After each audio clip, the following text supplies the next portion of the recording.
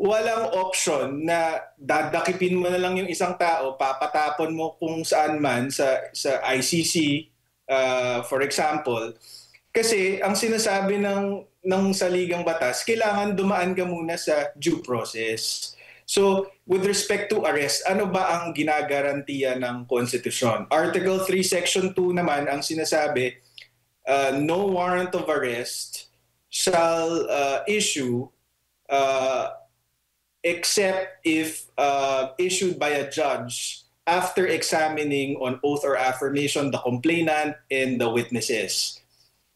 So, walang ganitong proseso ang nangyari for former President Duterte, at dito sa option na sinasabi nila for Senator Bato, wala ring process na gano'n na mangyayari. May post o pahayag po kayo kahapon patungkol nga po dito sa plano o itong ICC arrest warrant laban po kay Senator Bato de la Rosa. Pwede ho ba ninyong bigyan kami ng linaw tungkol po doon sa post po ninyo na ano bang ibig sabihin na hindi maaring gamiting opsyon ang pagsuko ng isang Pilipino sa ICC nang walang utos ng korte? Wala kasing kapangyarihan ng DOJ o ang Philippine government na isuko ang sino mang tao, Pilipino man o dayuhan, nang walang pahintulot ng local court natin. Dahil mag-umpisa tayo sa basics, ano? Ang saligang batas, ang constitution natin, ang pinakamataas na batas sa bansa, lahat ng batas, whether laws or treaties, kailangan sumang-ayon sa saligang batas. Kapag taliwas yung batas o ang treaty sa saligang batas, ang tinatawag doon unconstitutional or void, wala siyang bisa. So, yun ang unang dapat nating tandaan, napaka-basic nun. Pangalawa, ang pinaka-importanting proteksyon na binibigay ng konstitusyon sa mga Pilipino ay ang Due Process Clause, Article 3, Section 1. Ang sinasabi dito, no person shall be deprived of life, liberty, or property without due process of law. Ang ibig sabihin, hindi ka pwedeng bawian ng gobyerno ng buhay mo, ng kalayaan mo, o ng pagmamayari mo nang hindi ka dumadaan sa proseso kung saan bibigyan ka ng opportunity para ipagtanggol ang sarili mo.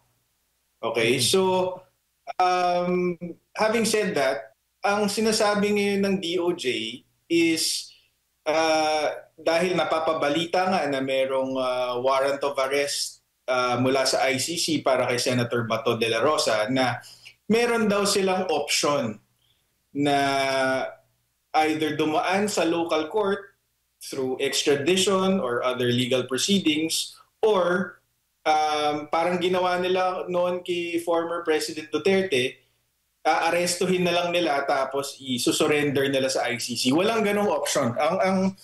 Ang sinasabi nilang batayan is ang Republic Act 9851, particularly Section 17 nun. So just a bit of background, ang RA 9851, yan ang law against crimes against international humanitarian law, genocide, and other crimes against humanity. So anong linalaman ng batas na to?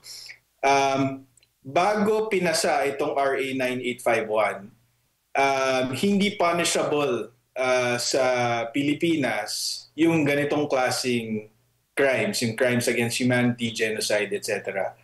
So, ang nangyari dito, nung pinasa itong RA 9851, nagkaroon na ngayon ng penalties for these crimes, and it gave our own courts jurisdiction to try these crimes. Okay?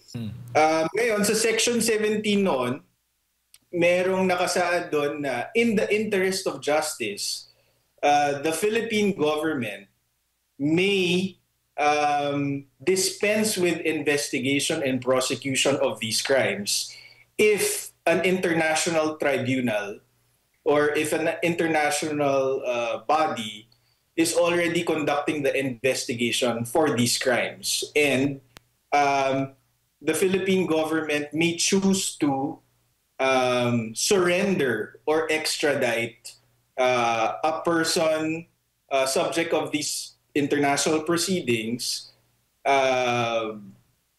pursuant to applicable extradition laws or treaties. Okay, so yan ang ginagamit na batayan ng DOJ para sabihin na meron silang option. Pero gaya ng sinabi ko kanina, ang sa ligang batas, ang supreme law of the land. Lahat ng batas na pinasa ng Kongreso kailangan sumang-ayon sa ligang batas. So walang option na dadakipin mo na lang yung isang tao, papatapon mo kung saan man sa ICC, for example. Kasi ang sinasabi ng saligang batas, kailangan dumaan ka muna sa due process. So, with respect to arrest, ano ba ang ginagarantiya ng konstitusyon? Article 3, Section 2 naman ang sinasabi, no warrant of arrest shall issue except if issued by a judge after examining on oath or affirmation the complainant and the witnesses. So walang ganitong proseso ang nangyari for former President Duterte, at dito sa option na sinasabi nila for Senator Bato, wala ring process na gano'n na mangyayari. 'Di ba? Kung natatandaan nyo, meron bang pagkakataon si former President Duterte noon na questionin yung pagka-aresto sa kanya dito before a lower court? Wala. Hindi po ba? The ordinary course of criminal proceedings, alam na alam to ng DOJ, kaya nakakabahala yung sinabi nila. Kasi puwera you're caught red-handed, huli ka sa akto, hindi ka pwedeng arestuhin ng hindi dumadaan sa proseso. Magpa-file ka ng complaint sa piskalya, papasagutin ka, may tatanggapin ng complaint affidavit, papasagutin ka ng counter affidavit, paminsan may reply affidavit pa, pag-aaralan ng piskal, isasampa pag nakahanap siya ng probable cause, isasampa niya pa sa korte, yung judge naman, yung ginagaranti ng konstitusyon, yung judge mismo, kailangan niyang aralin kung tama ba ang finding ng piskal. Meron ba talagang probable cause para i-try itong taong ito para doon sa krimen na inaakusahan siya. So walang ganong nangyari kay former President Duterte, at dito sa option na iniisip nila para kay Senator Bato, wala ding ganon. Ngayon, baka sabihin, ang ICC, korte naman yan eh. Hindi ba? Baka sabihin, natugunan yung due process requirement kasi ang ICC korte, pero hindi tama yon, kasi ang ICC, ang konstitusyon, ang rene-require niya is a Philippine court with competent jurisdiction. Kasi malinaw naman sa konstitusyon natin, ang judicial power under the Constitution is vested in the Supreme Court and the lower courts of the Philippines. So hindi kasama ang ICC. Pangalawa, hindi automatic ang rulings ng ibang bansa, ang rulings ng korte ng mga ibang bansa or katulad nitong international tribunal like ICC, hindi siya automatically recognized or obligatory in the Philippines. So wala tayong obligasyon na kilalanin ang mga desisyon ng korte ng hindi galing sa Pilipinas.